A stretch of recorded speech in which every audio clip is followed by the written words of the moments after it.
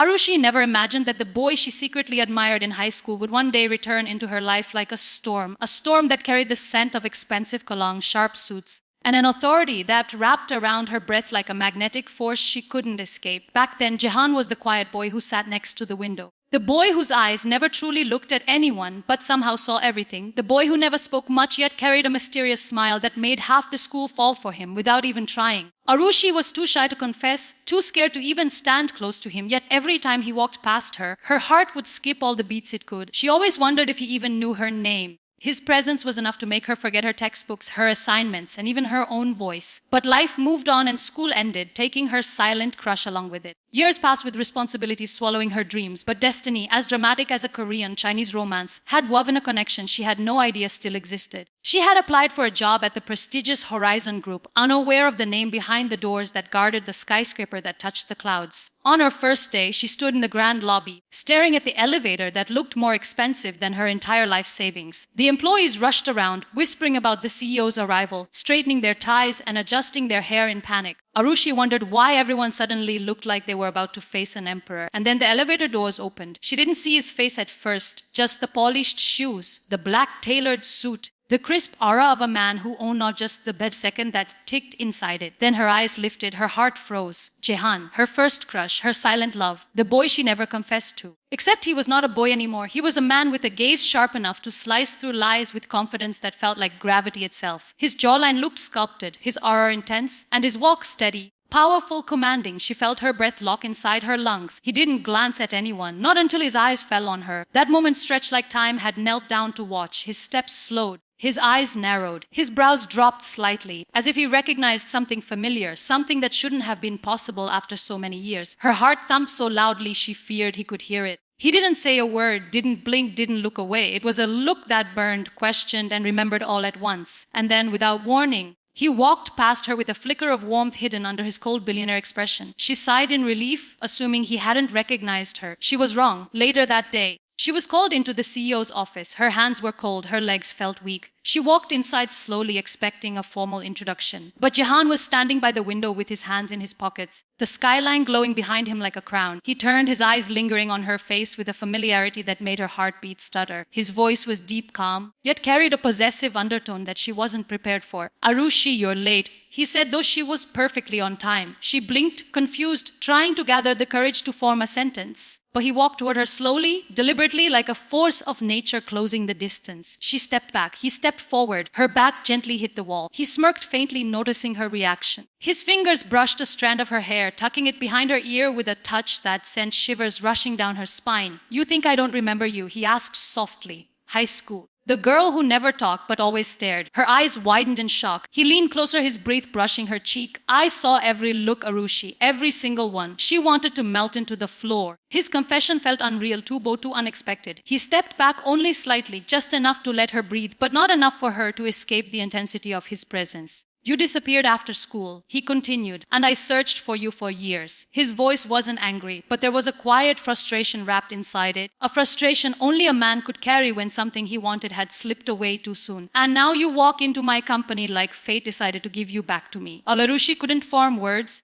She stood frozen, drowning in the weight of his confession. Jehan's eyes softened, though his tone remained firm. "You're not leaving again." She swallowed hard, unsure whether to feel scared or cherished.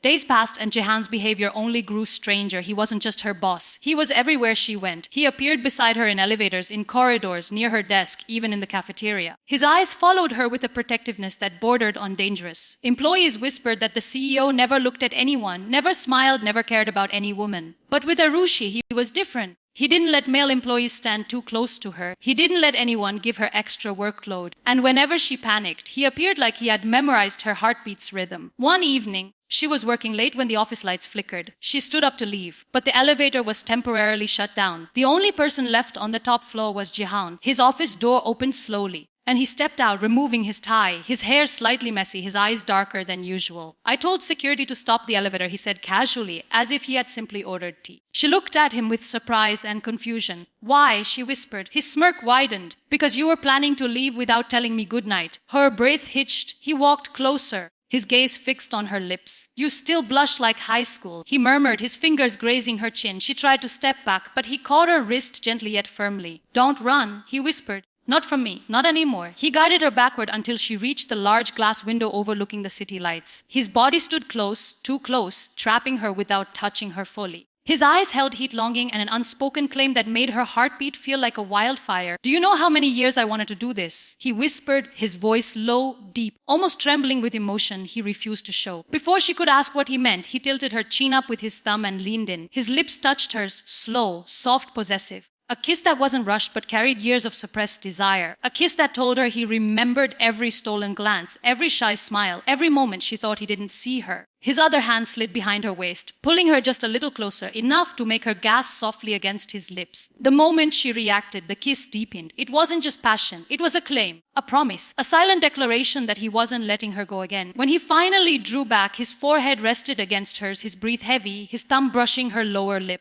"You're mine now," he whispered, his voice trembling with restrained intensity. "And I'm never losing you again." Arushi couldn't speak. Her heart felt full, overflowing with emotions she had buried for years. Jihan smiled, his real smile, the one she had seen only once in high school. "Tomorrow," he said softly, "I'm picking you up." No arguments, his tone left no room for debate. From that night onward, her life changed. Jihan became the unstoppable force orbiting around her. He brought her breakfast, he waited for her after office. He held her wrist whenever she tried to walk away too quickly. He kissed her forehead whenever she got nervous. His possessiveness wasn't harsh. It was gentle, warm, wrapped in years of longing.